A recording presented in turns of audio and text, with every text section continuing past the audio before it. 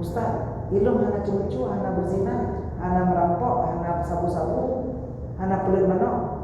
Kalau kita pun selamat dari hal ini, saat kita meninggal, sudah ada cerita sebelumnya di bab ke-6 masalah saya. Saat kita meninggal, datang bayangan orang tua kita. Gerahkan, saat itu kita haus. Seandainya satu lautan pun kita minum, tidak akan hilang haus kita. Minumnya mata gerah tidak jadi. Lo gerah seperti itu. Tapi saat itu kita haus sekali. Orang tua kita datang, bayangan orang tua kita seakan-akan datang.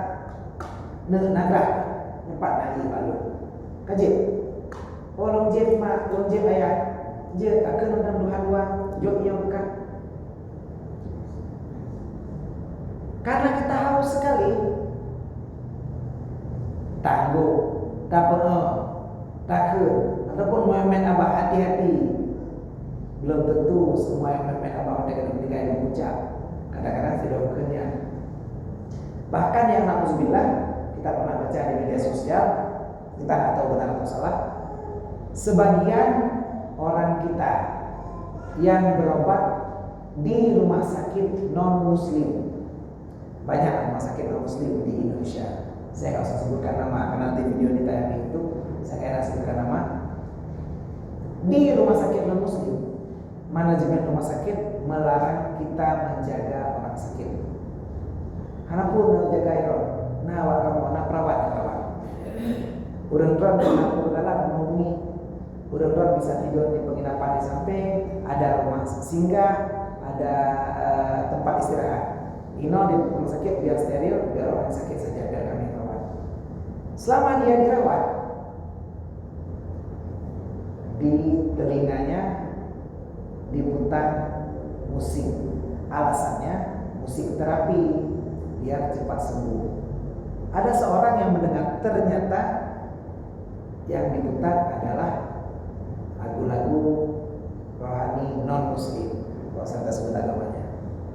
Ya, di sini di Indonesia seperti rumah sakit Indonesia ya. Iya. Iya, beliau sebut. Artinya ya kurang lebih begitu.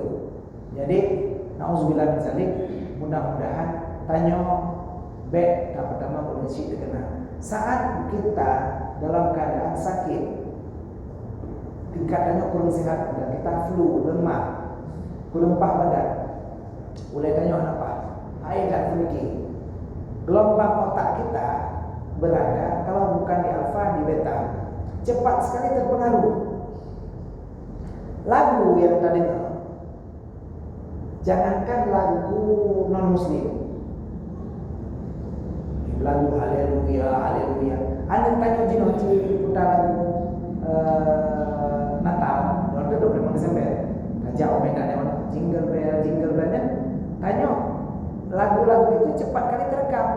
Bahkan karena kita dengar sering, jangankan lagu itu, kita sambil mandi dengar lagu, sambil jalan naik Honda, sudah pernah saya cerita, sambil jalan naik Honda dengar lagu. Lagu-lagu yang kita dengar ini masuk ke alam pikiran bawah sadar kita. Karena kita sambil naik Honda, pasti pikiran kita mikirkan tentang jalan, kita nggak mikir tentang lagu itu. Lagu ini akan mempengaruhi pikiran kita dan disebut warm. Warm itu artinya sesuatu yang muncul tiba-tiba. Wadah deket jingle bell ya. Bisa nyambung sendiri. Misalkan musik jing.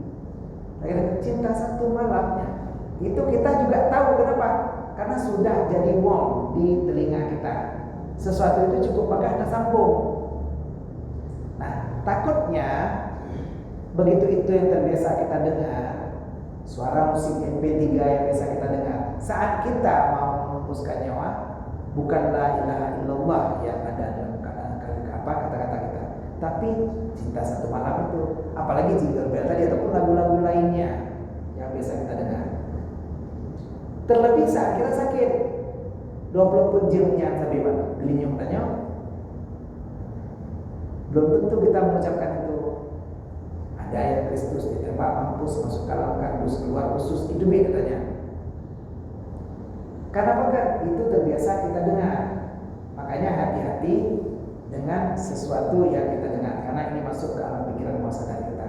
Pastikan pada saat urun syik ditanya keluarga beliau sakit nazarahnya, ayat-ayat Al-Quran yang dibacakan di sebelah beliau. Biarkan ini yang masuk ke alam pikiran bawah sadar beliau. Seandainya pihak roh la ilaha illallah, roh Yasin, anak salah aja daripada roh lagu. Nah, makanya kalau urun sakit, pastikan kalau bisa bacakan ayat suci Al-Quran ganti-gantian. Ya, silakan. Misalnya kan orang tua kita Silakan. maka kita masukkan ke tempat yang Tadi, ya, bagus. itu kan memang tiap ada orangnya pagi dan kita kan berdoa dalam Islam. Iya. Itu mana? Ini gimana? Bagaimana? Misalkan itu rumah sakit paling bagus lah. Iya. Kan dokternya bisa rumah sakitnya. Rumah sakitnya. Kan misalnya ya mengatakan di kamar itu kita saling buat. Iya. Kita itu di situ dirawat. Iya. Itu kan gak bisa. Nah, sebenarnya saat Allah berfirman dalam surat Ibrahim, wa idza maridtu fa huwa yashfin, dan apabila aku sakit, kata Nabi Ibrahim, maka Allah lah yang menyembuhkanku. Artinya apa? Kalau kita yakin dan percaya kesembuhan itu hanya pada Allah, mungkin, mohon maaf, sebisa mungkin jangan gadaikan iman kita dengan sesuatu yang kita namakan kesembuhan, karena tiada kesembuhan kecuali hanya pada Allah. Satu. Yang kedua, apakah lagu rohani ataupun palang salib ataupun apapun yang di situ bisa mempengaruhi iman kita? Pasti. Jadi emang saat ini saya nggak berani berkeras dengan rezim kita saat ini, karena banyak ulama yang sudah di-ban, termasuk tanggal 9 nanti, tanggal 9 Desember ada Ustadz Yahya Waluni, beliau juga di-ban oleh pemerintah karena mengatakan bahwa seperti Ustadz Somad lah mengatakan palang salib ada jinnya juga. Tapi pastinya setiap simbol yang bukan simbol agama Islam pastinya memiliki efek kepada kejiwaan kita.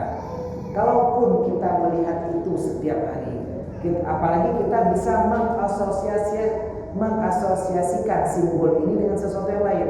Wadah takalan palang salib, bak kosen pintu dan jendela. Sangsa sitkam tepe Yesus Kristus hina sangsa. Wadah tabayangkannya, disitulah bagah balik pikiran kita seakan-akan inilah Al-Masih juru selamat kita sangsa. Kalau bisa kita menjauhi itu lebih bagus. Lalu mengobat dengan cara apa? Yang tadi saya bacakan, wan nasilu minal qur'ani ma huwa syifaa'u wa rahmatul lil mu'minin, dan kami turunkan daripada Al-Qur'an syifa, obat, dan rahmat bagi orang beriman. Ustaz, saya mau berobat untuk orang tua saya, tapi saya nggak tahu apa ayat Quran yang saya bacakan untuk orang tua saya. Nah, disinilah fungsi yang saya jelaskan kemarin, bertanya fas'alu ahla dzikri in kuntum la ta'lamun. Boleh bertanya sama saya atau kepada guru-guru lain yang lebih paham. Kira-kira ibunda saya sakit bulan, putra ayat yang belum baca untuk berkurangnya. Insya Allah ada orang yang paham tentang ini. Tapi jangan cari dukun, cari tengku, cari ulama yang paham. Jangan yang berdukun, jangan yang hitam jin. Pastikan ayat Quran yang dibacakan yang tepat, insya Allah penyakitnya akan jauh lebih ringan. Kalau ada solusi lain sebelum kita masukkan ke rumah sakit non muslim, silahkan pilih. Kalau tidak ada yang lain, upayakan penjagaan ekstra ketat.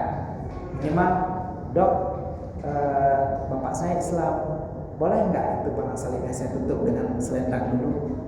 Boleh nggak bapak saya jaga di sini? Jadi kalau ada apapun yang lain, ini kita dengarkan lagu rohani, hanapu maklum nanti rohani, kita mendengar lagu yang tidak ke maklum, apa ya?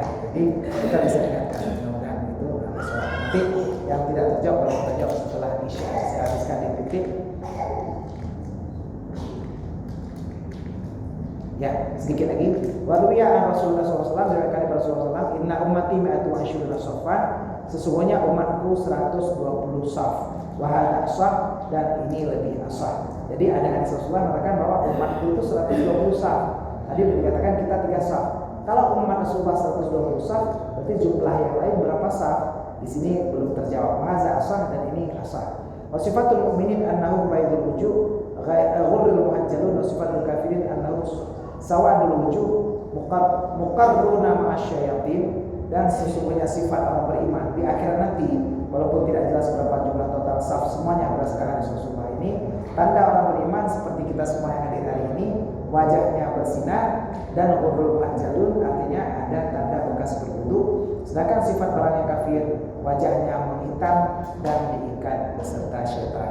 Mudah-mudahan Allah golongan kita semua yang hadir Al-Falah dari Aceh hari ini dalam golongan orang-orang selalu yang dimasukkan